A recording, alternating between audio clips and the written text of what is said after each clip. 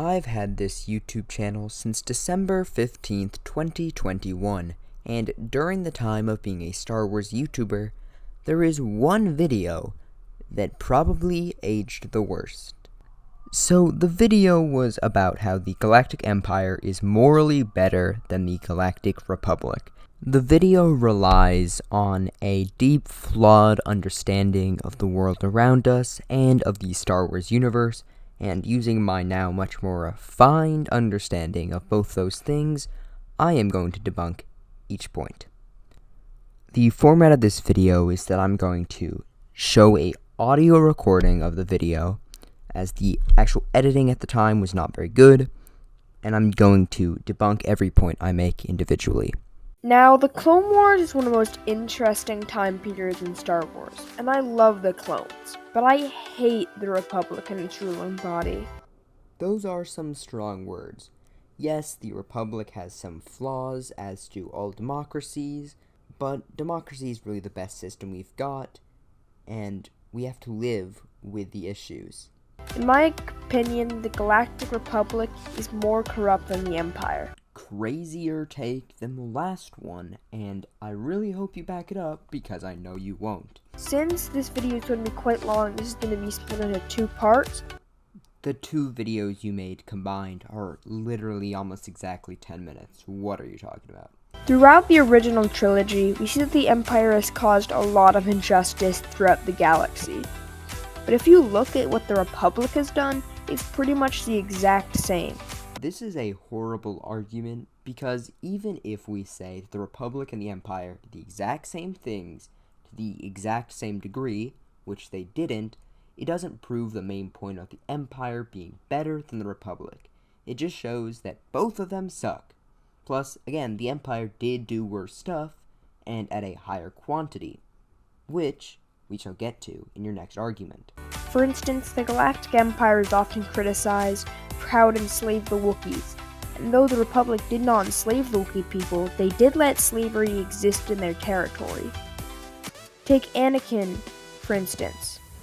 He was just a slave in the Republic until the Jedi came to save him from slavery, but they just left his mom and every other slave behind and never came back to end it.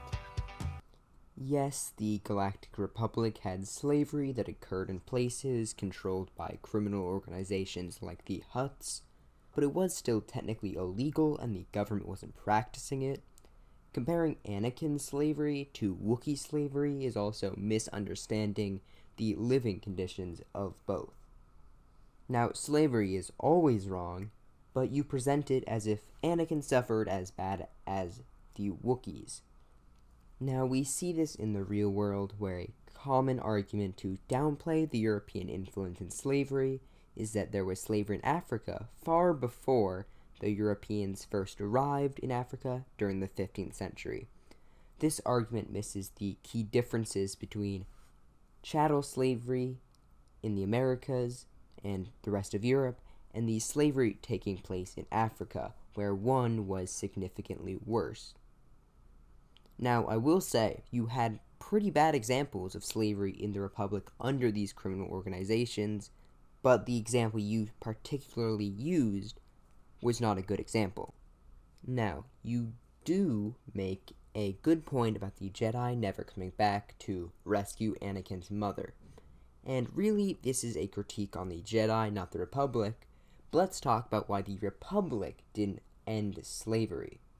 What you fail to notice is that most Outer Rim territories and beyond are, yes, part of the Republic, but they're also controlled largely by criminal organizations that are very powerful, that the Republic couldn't just attack.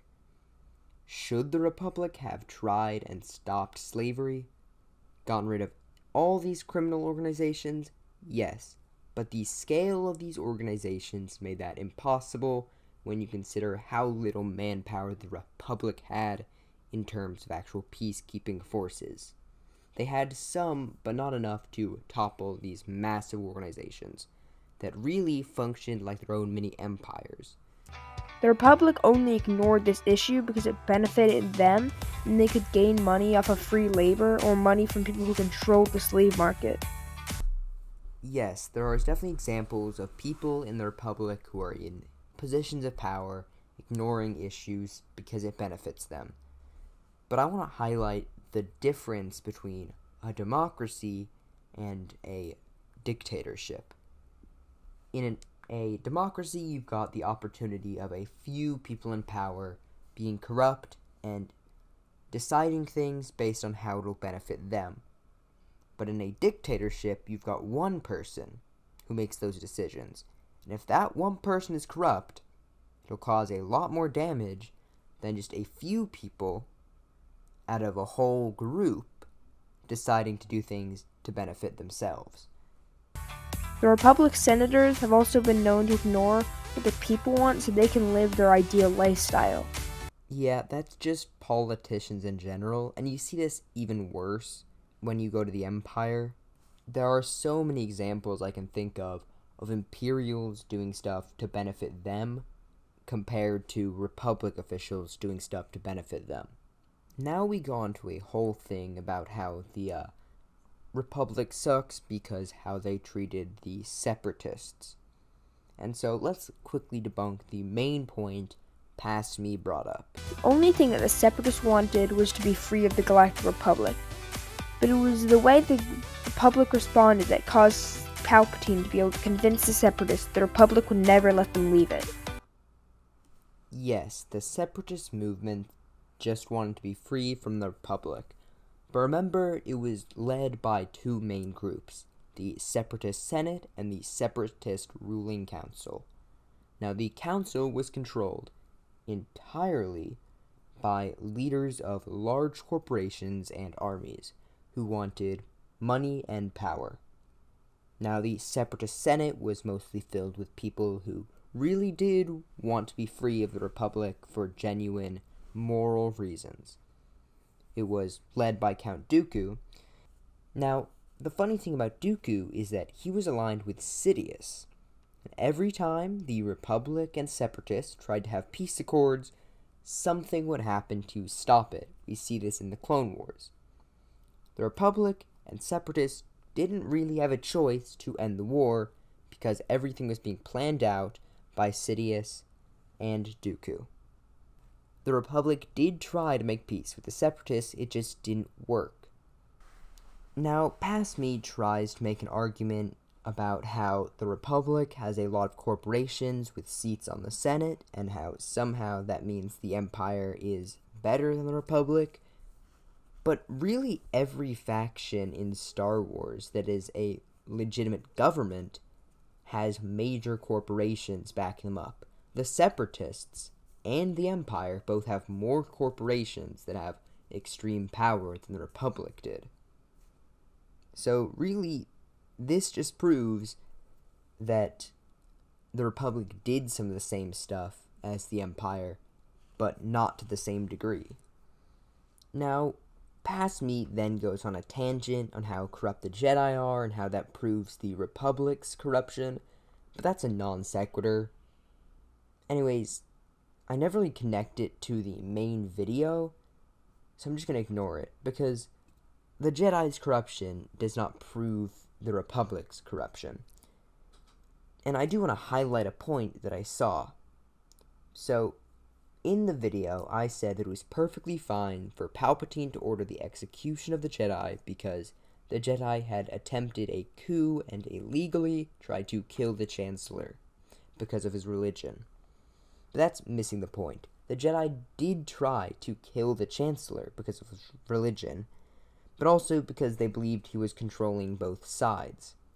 They did try to arrest him, and then he would have most likely gotten a fair trial, but he resisted arrest, and they recognized that he was too dangerous to be taken alive.